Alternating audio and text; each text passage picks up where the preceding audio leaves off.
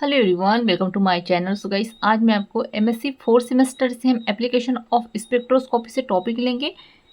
मास spectroscopy का nitrogen rule most time topic है guys. ये आपको 3rd सेम में भी आ सकता है, 4th सेमेस्टर में भी आ सकता है। तो आप देख लीजिएगा आपके किस सेमेस्टर में ये टॉपिक दिया गया है। तो आप देख लीजिएगा, बहुत ज़्यादा इंपॉर्टेंट टॉपिक है और हमेशा एग्जाम में आते रहता है। अगर आपके सिलेबस में है तो इसको ज़रूर कंप्लीट करके जाइएगा। तो चलिए आगे देखते हैं। चैनल पर नए गाइस तो प्लीज़ चैनल को सब्सक्राइब कर दीजिएगा, क्योंकि मैं एमएससी केमिस्ट्री और सेमेस्टर के नोट्स यहाँ पर आप अपलोड करते रहती हूँ। और अगर आपको एमएससी केमिस्ट्री के नोट्स परचेस करने हैं तो बहुत ही कम प्राइस में आपको अवेलेबल हो जाएंगे। तो उसको परचेस करने के लिए हमें व्हाट्सएप पे मैसेज कर सकते हैं। डिस्क्रिप्शन में व्हाट्सएप नंबर शेयर कर दीजिएगा। आगे देखते हैं। तो फर्स्ट में क्या है कि मास स्पेक्ट्रोस्कोपी में नाइट्रोजन क्वांटिटिंग कंपाउंड्स के लिए रूल दिया गया है। ठीक है, वो कौन सा रूल है आगे देखते हैं हम। इसे रूल के अनुसार या नॉन नाइट्रोजनेशन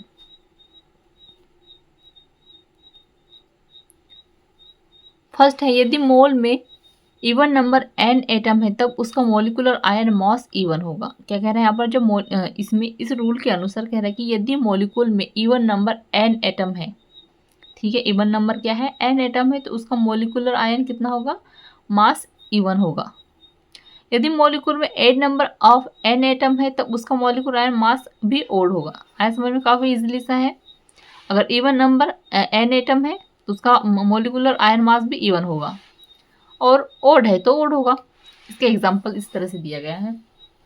हमारे पास यहाँ बेंजीन के साथ है NO2 Na2OH। जब इसकी रिएक्शन होगी तो ये OH है, NO2 है, Na2 है, ठीक है।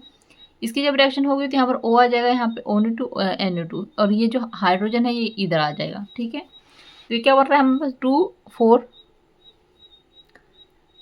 डी नाइट्रोबेंजीन Me होगा इसका 184, ठीक है, मोलिकुलर आयन होगा।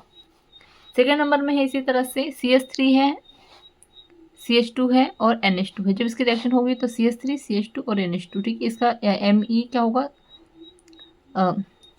13 होगा, तो मोलिकुलर आयन कितना होगा यहाँ पर, 13 होगा। आगे देखते हैं। अब कंक्लूजन फर्स्ट है, odd number molecular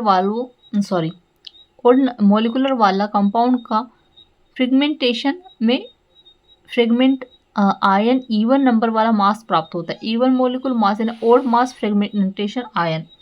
nitrogen rule एक प्रिंसिपल की तरह है जब ऑर्गेनिक कंपाउंड को structure determination by mass spectroscopy द्वारा किया जाता है।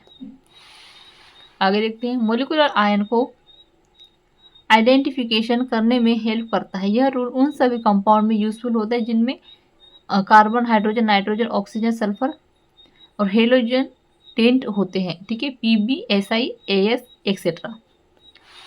यह रूल उस समय यूज होगा जब मोलिकुलर आयन में फ्रेगमेंट आयन के same number of n atom present हो। अदर एग्जांपल जैसे कि NO2 है बेंजीन के साथ, यहाँ पे भी। अब ये क्या है, इसका 123 है और ये 123 है। अब यहाँ पर रिएक्शन होगी तो 40 हो जाएगा, ये 30 हो जाएगा, ठीक है। इवन पीक्स यहाँ पर आ जाएगा। तो यहाँ पे जो है हमारा टॉपिक एंड होता है। सो आई होप आपको गाइस, आपको ये नोट्स समझ में आ गए होंगे।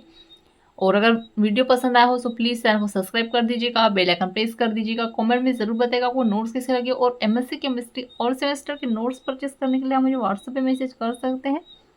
डिस्क्रिप्शन में व्हाट्सएप नंबर शेयर कर दूँगी। Thank you.